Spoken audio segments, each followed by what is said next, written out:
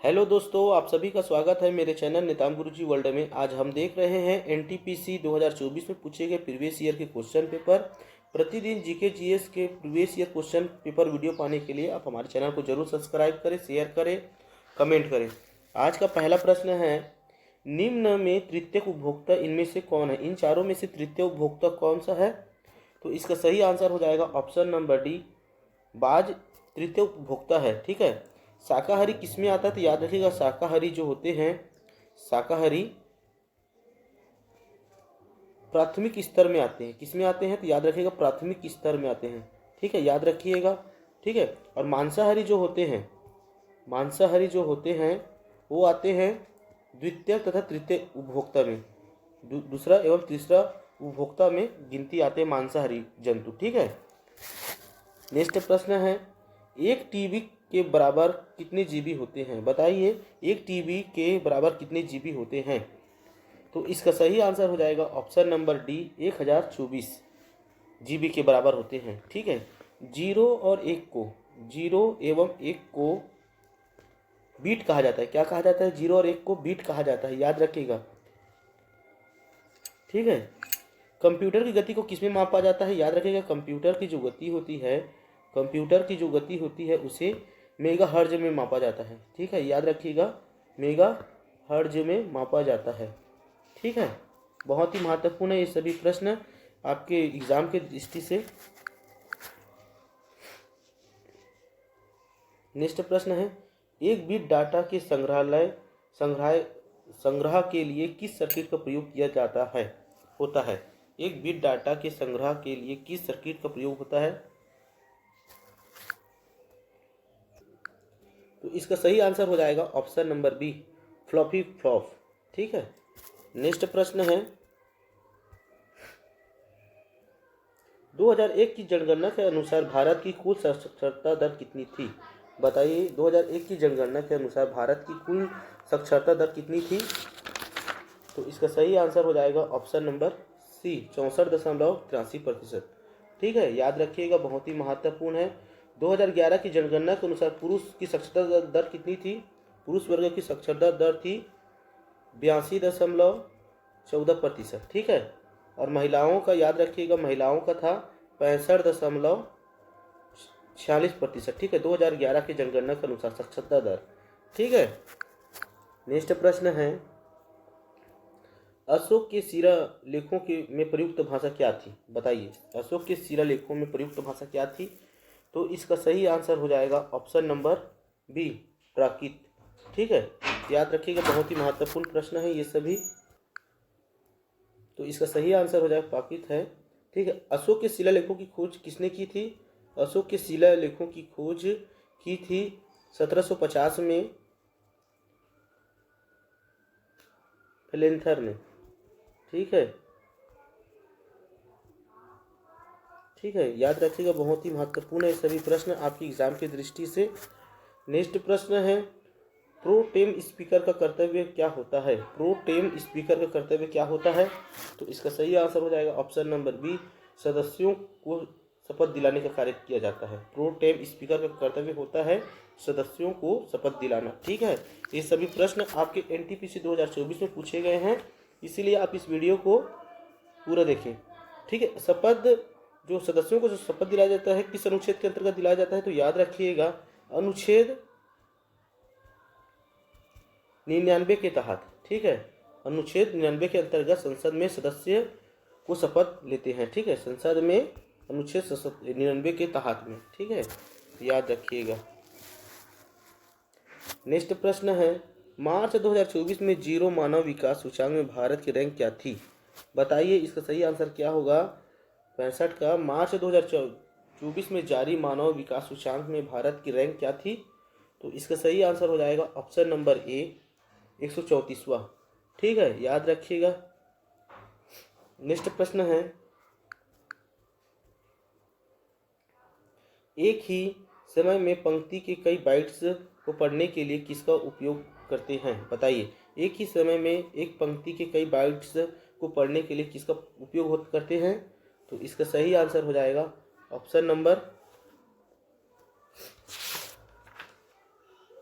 D, launch, ठीक है, latch का प्रयोग किया जाता है। नेक्स्ट प्रश्न 77 है, निम्न में से कौन सा अयस्क एल्यूमिनियम का नहीं है इनमें से? तो इसका सही आंसर हो जाएगा ऑप्शन नंबर ए, एग्नेसाइट, ठीक है। नेक्स्ट प्रश्न है, गन्ने से चीनी बनाने की गतिविधि किस क्षेत्र के आर्थिक गतिविधि के अंतर्गत आती है? बताइए, गन्ने से चीनी बनाने की गतिविधि किस क्षेत्र की आर्थिक गतिविधि के अंतर्गत आती है? तो इसका सही आंसर हो जाएगा ऑप्शन नंबर ए, द्वितीयक क्षेत्र के अंतर्गत आती है, ठीक है। नेक्स्ट प्रश्न है,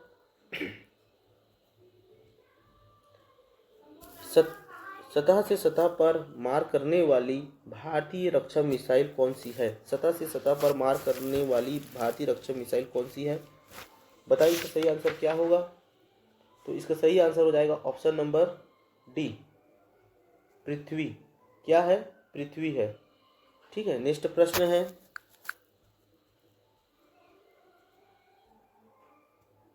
भीमबेटका की गुफा की खोज कब हुई थी? बताइए, भीमबेटका की गुफा की खोज कब हुई थी? तो इसका सही आंसर हो जाएगा ऑप्शन नंबर ए, 1957-58 में हुई थी। इसकी खोज किसने की थी? तो याद रखिएगा, विष्णु श्रीधर जी ने, श्रीधर द्वारा किया गया था, ठीक है। याद रखिएगा, बहुत ही महत्वपूर्ण प्रश्न है। और ये कहाँ स्थित है भीमबेटका गुफा? तो याद रखिएगा, मध्य प्रदेश के रायसेन जिले में, मध्य प्रदेश के रायसेन जिले में स्थित है, ठीक है। रायसेन क्या है? जिला है, वहां पे स्थित है भीमबेटका गुफा, ठीक है। नेक्स्ट प्रश्न है, पाकिस्तान नाम किस वर्ष में गढ़ा गया था? पाकिस्तान नाम किस वर्ष गढ़ा गया था? तो इसका सही आंसर हो जाएगा ऑप्शन नंबर ए, 1933 को। पाकिस्तान शब्द का जन्म कब हुआ था? तो 1933 को हुआ था, ठीक है। और किसके द्वारा हुआ था? तो याद रखिएगा, कैम्ब्रिज विश्वविद्यालय के स्नातक छात्र के द्वारा, स्नातक के जो छात्र थे, याद रखिएगा, उस छात्र का नाम था चौधरी रहमत अली के द्वारा किया गया था, ठीक है। नाम याद रखिएगा, रहमत अली है, चौधरी रहमत अली के द्वारा इस नाम को रखा गया है पाकिस्तान का, ठीक है। पाकिस्तान की मांग का प्रस्ताव कब रखा गया था? तो याद रखिएगा, पाकिस्तान का जो मांग का प्रस्ताव रखा गया था 23 मार्च 1940 को, ठीक है। मुस्लिम लीग की लाहौर अधिवेशन में रखा गया था, ठीक है। लाहौर अधिवेशन में, मुस्लिम लीग के जो लाहौर अधिवेशन होता है उसी में रखा गया था, ठीक है। और याद रखिएगा, मुस्लिम लीग की स्थापना कब हुई थी? तो याद रखिएगा, मुस्लिम लीग की जो स्थापना थी 1906 में हुई थी, ठीक है। और किसने किया था? तो आगा खां जी ने, ठीक है। याद रखिएगा, आगा खां एवं सलीम मुल्ला खां के द्वारा, ठीक है। सलीम मुल्ला खां के द्वारा, ठीक है। थोड़े लिखने में प्रॉब्लम है, आप सपोर्ट करेंगे तो जरूर इसकी सुविधा हम बनाएंगे। और याद रखिएगा, ये 1932 में क्या हुआ था? तो 1932 में हुआ था तृतीय गोलमेज सम्मेलन, गोलमेज सम्मेलन से संबंध है, ठीक है। तृतीय गोलमेज कब हुआ था? तो 1932 को हुआ था। नेक्स्ट प्रश्न है, संसार में सर्वाधिक सक्रिय ज्वालामुखी कौन सा है? तो याद रखिएगा, ऑप्शन नंबर सी, कीलियू, ठीक है। और ये कहाँ पे है? तो अमेरिका में। कहाँ है? अमेरिका में, ठीक है। याद रखिएगा, ये अमेरिका में स्थित है, अमेरिका के हवाई द्वीप में स्थित है। कहाँ पे है? तो अमेरिका के हवाई द्वीप में, ठीक है। याद रखिएगा, बहुत ही महत्वपूर्ण है।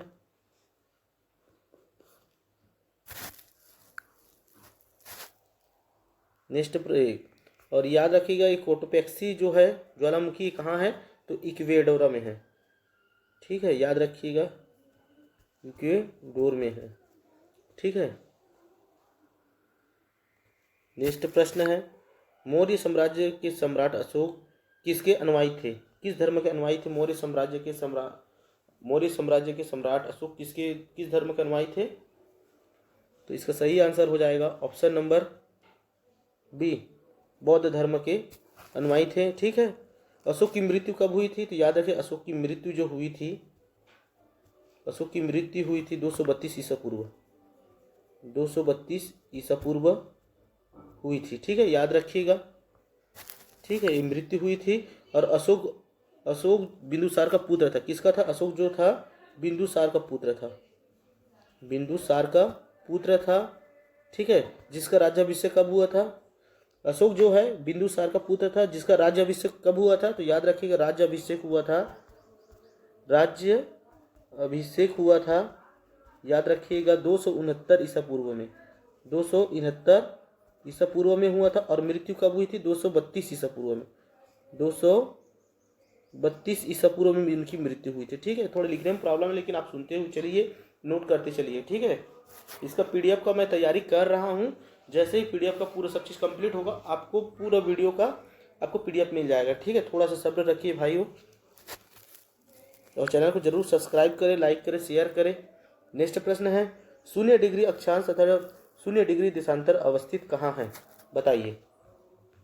तो इसका सही आंसर हो जाएगा ऑप्शन नंबर ए, अंटार्कटिका महासागर में। कहाँ स्थित है?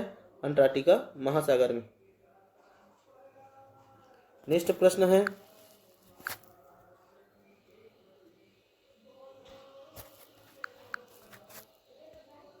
संसद में शून्यकाल का समय क्या है? संसद में शून्यकाल का समय क्या कहलाता है, या कितने समय होता है? संसद में शून्यकाल का समय कितना समय होता है? तो इसका सही आंसर हो जाएगा ऑप्शन नंबर डी, दोपहर 12 बजे से अपराह्न के 1 बजे तक। ठीक है, और शून्यकाल कब से प्रारंभ हुआ है? तो याद रखिएगा, शून्यकाल जो है भारतीय संसदीय प्रणाली से का दिन है। हमारे जो भारतीय संसद प्रणाली का दिन है, याद रखिएगा। ठीक है, याद रखिएगा, मैं बोलते जा रहा हूँ, थोड़ा लिखने में मिस्टेक हो रहा है।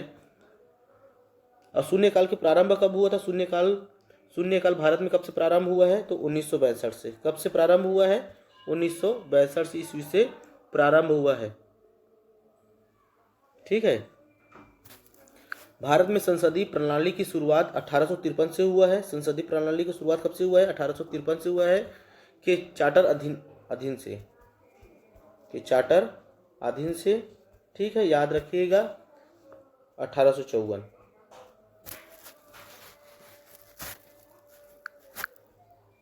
आज का अंतिम प्रश्न है, प्रथम राष्ट्रमंडल खेल कब आयोजित किया गया था? तो इसका सही आंसर हो जाएगा ऑप्शन नंबर ए, 1930 को। ठीक है, प्रथम राष्ट्रमंडल खेल 1930 को हैमिल्टन, ठीक है, हैमिल्टन कनाडा में आयोजित किया गया था। ये जो शहर का नाम है वहाँ पे हुआ था, और कहाँ हुआ था? तो याद रखिएगा, कनाडा। ठीक है, याद रखिएगा, कनाडा में आयोजित किया गया था। ठीक है, अगर वीडियो अच्छा लगे तो चैनल को जरूर सब्सक्राइब करें, लाइक करें, शेयर करें। धन्यवाद।